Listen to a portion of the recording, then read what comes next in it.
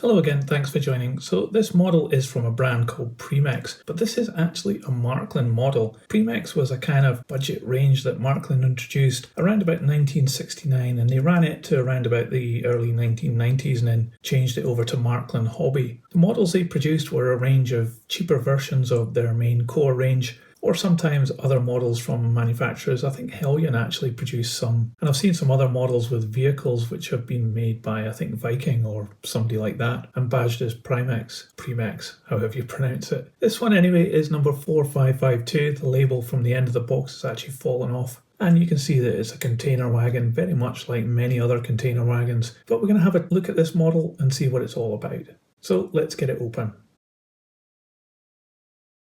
So I've been told that Marklin sometimes printed on the little tabs of their boxes when the model was produced, and if that's true then this one implies that it was produced in 1979. I don't know whether that's actually true with this model, but it seems like it might be, so if you know better let me know in the comments below. But let's put this box aside and we'll check out the model. And here it is, quite a simple 2-axle container flat wagon with two 20-foot containers on it with a Hapag-Lloyd livery. Let's take a closer look and see what this is like. Well, one thing's for sure straight away, these containers aren't going to fall off because they're very well clipped onto this model, that's for sure. They don't move at all. So as I said, this is the kind of budget model, and I think that's probably noticeable looking down the side of it because it has absolutely no printing on it at all down here, no numbers or anything. But we do have this kind of wasp stripes printed just on the end of the wagon, and that's on each end, and we have some printing on the containers.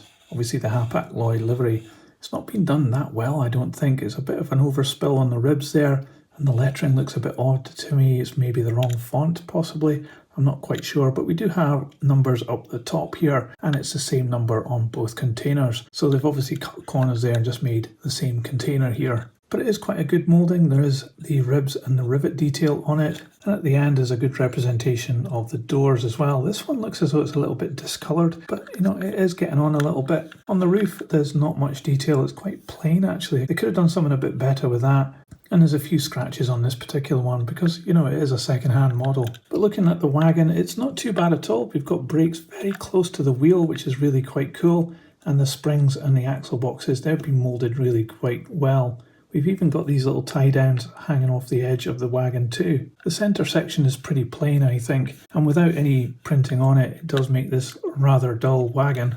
And we've got these couplings screwed in, and they move back and forth on a little spring, so it helps us get round tight corners. So the wheels revolve not bad, they're not great, and underneath there isn't a huge amount of detail there. You can see right inside the containers, but there's no real bracing or anything under here apart from an indication of brake gear, but it's pretty basic. And you can see the Marklin made in Germany underneath there too. At each opposite end we have a step coming down here, which, you know, is prone to breaking off, but thankfully this model is intact. But this model does have a bit of weight in it. It must be in the centre section here. So let's put this on the scales and we'll see how much it weighs. So this model weighs 74 grams.